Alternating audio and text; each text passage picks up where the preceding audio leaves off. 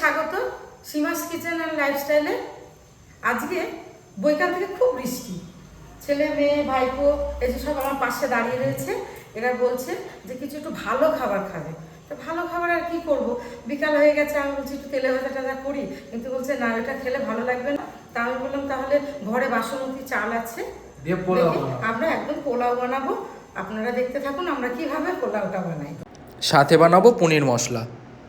এখানে এই বাটির 3 বাটি বাসমতি রাইস আমি ধুয়ে এই যে শুকনো করে নিয়েছি, জল ঝরিয়ে নিয়েছি।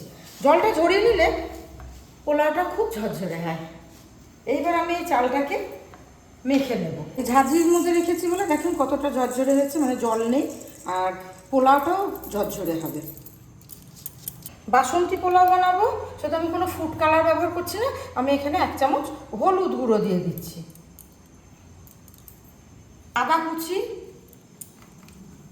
1 চামচ, স্বাদ মতো লবণ, আর দেব চিনি, দেব ঘি।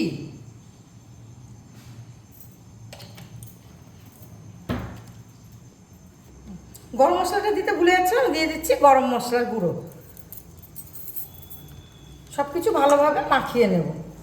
ভাবে মেখে নিলাম, এবার আমি রান্নাটা শুরু করব। রান্না শুরু করে দিচ্ছি। কড়াইয়ে সাদা তেল দিয়ে দিচ্ছি,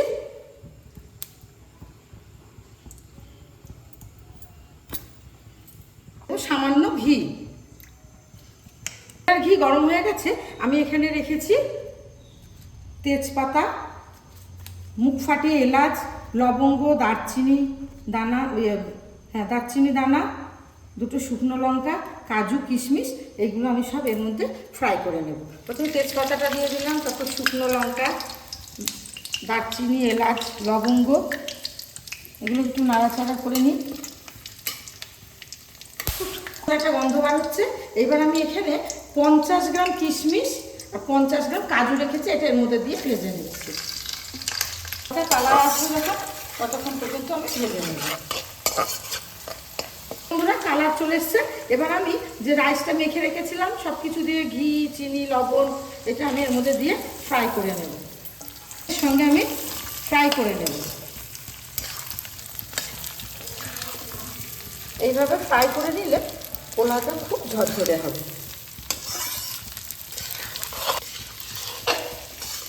রাইসটা খুব ভালোভাবে ভাজা হয়ে গেছে। এবার আমি এর মধ্যে দিয়ে দেবো 1 বাটি দুধ, আমি আগে ফুটিয়ে রেখেছিলাম। আর ঠিক এই বাটির 3 বাটি চাল দিয়েছি বলে 6 বাটি জল দিতে হবে। তার মধ্যে আমি 1 বাটি দুধ দিয়েছি আর 5 বাটি জল দিয়ে দেবো, গরম জল।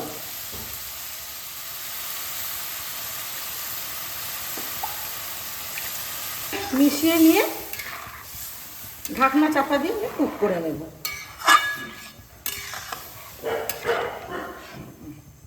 পরিমাণ মতো লবণ, প্রথমে লবণ দিয়েছিলাম বলে আমি এখানে একটু অল্প লবণ দিলাম। এবার আমি হাই ফ্লেমে এটা ফুটে যাবে, তারপর আস্তে আস্তে আমি লো ফ্লেমে এটাকে রান্না করব। পোলাওটা যতক্ষণ সিদ্ধ হচ্ছে ততক্ষণ আমি একটা পনির রান্না করে নেব। এই যে পনিরটা আমি নুন হলুদ মাখিয়ে খুব সুন্দর করে ভেজে নিয়েছি।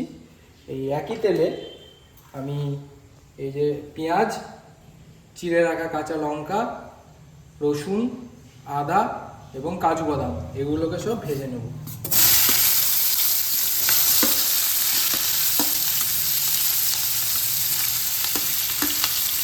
কাজুটাকে লাস্টে দেবো, কারণ কাজুটা পুড়ে যেতে পারে, এই জন্য কাজুটাকে সবার লাস্টে দেবো। পেঁয়াজটার কাঁচা গন্ধটা কেটে যাওয়া অবধি এটাকে ভালো করে ভেজে নিতে হবে। আমি কাজুটাও দিয়ে দিয়েছি, কাজুটাকেও ভালো করে এর সাথে ভেজে নেব। দারুণ গন্ধ আসছে। এটা ভাজা হয়ে গেলে এটাকে এক জায়গায় ঠান্ডা করে নিয়ে এটার পেস্ট বানিয়ে নিতে হবে।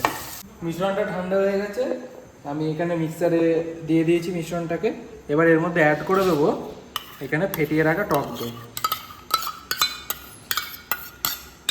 এবার এটাকে খুব ভালোভাবে ব্লেন্ড করে নিতে হবে। এই মিশ্রণটাকে আমি একটা বাটিতে নামিয়ে নিয়েছি। এবার এতে একটু দিয়ে দিচ্ছি কাশ্মীরি লাল লঙ্কার গুঁড়ো, দেব হলুদ, ধনে গুঁড়ো 1 চামচ এবং জিরে গুঁড়ো 1/2 চামচ। একটু ভালো করে মিশিয়ে নিতে হবে। এই মা এদিকে পোলাওটা সিদ্ধ করে নিচ্ছে, আর এখানে আমার পনিরের গ্রেভির পেস্টটা রেডি হয়ে গেছে। প্যানে তেল গরম হয়ে গেছে, এবার দিয়ে দেবো ফোড়ন। ফোড়নে দিচ্ছি 2টো তেজপাতা, কয়েক টুকরো দারচিনি, 4টে লবঙ্গ এবং ফাটিয়ে রাখা 2টো এলাচ। এটাকে আমি ফোড়ন দিয়ে দেবো। এই পোলাওয়ের জলটা শুকিয়ে গেলে পরে এটা একদম ঝরঝরে হয়ে যাবে। আর একটু রাইসটা হলে আর এই জলটা টেনে দিলে পরে পোলাওটা একদম ঝরঝরে হয়ে যাবে। এবার যে পেস্টটা করে রেখেছিলাম এটা এর মধ্যে দিয়ে দেবো। খুব ভালো করে পেস্টটাকে কষিয়ে নিতে হবে যতক্ষণ না কাঁচা গন্ধটা কেটে যাচ্ছে। তেল ছাড়া অবধি এটাকে কষে নেব। দেখুন বন্ধুরা, লো ফ্লেমে রেখেছি, দেখেন জলটা পুরো শুকিয়ে গেছে আর অল্প আছে। এবার আমি দিয়ে দেবো চিনি। চিনিটা আপনারা নিজেদের স্বাদ মতো দেবেন, যে যেরকম মিষ্টি খেতে ভালোবাসেন। আমাদের এরা একটু বেশি মিষ্টি খেতে ভালোবাসে, আমি একটু বেশি মিষ্টি দিলাম। আর দিয়ে দেবো উপর থেকে ঘি।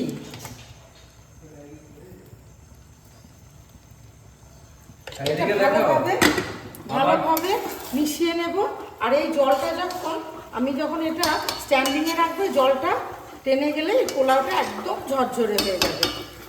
এদিকে পনিরের গ্রেভিটাও প্রায় রেডি হয়েছে। মা কেমন লাগছে? রেডি হয়েছে? দারুণ, গ্রেভিটা দেখেই তো লোভ লাগছে। এবার এই যে মিক্সার ধোয়া জল, এটাকে আমি এর মধ্যে দিয়ে দেবো।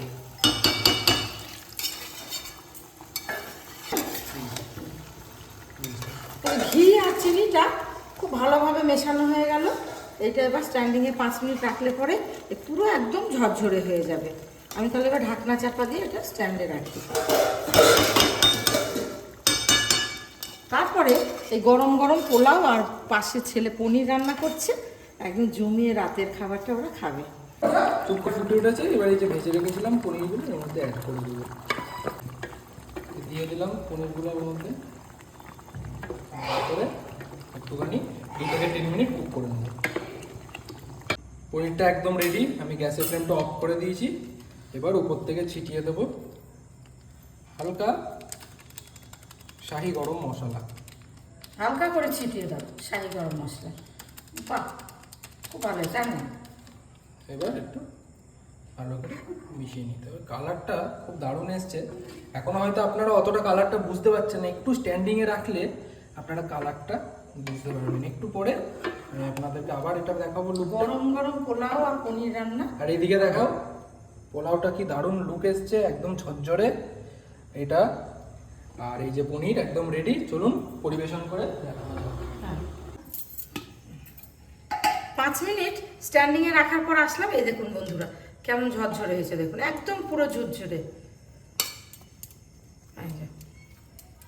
পুরো ঝরঝরে। আর এদিকে পনিরটাও দেখুন কি সুন্দর হয়েছে গ্রেভিটা।